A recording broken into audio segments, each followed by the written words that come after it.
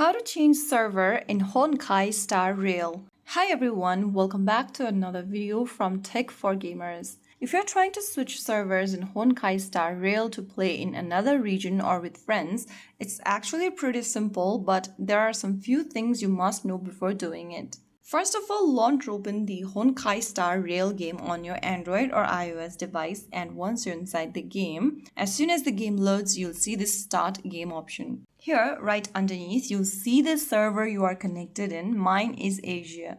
Before changing into the server, remember that your progress in your game is not shared between servers. Each server has a separate game account, and changing your server does not move your characters or items.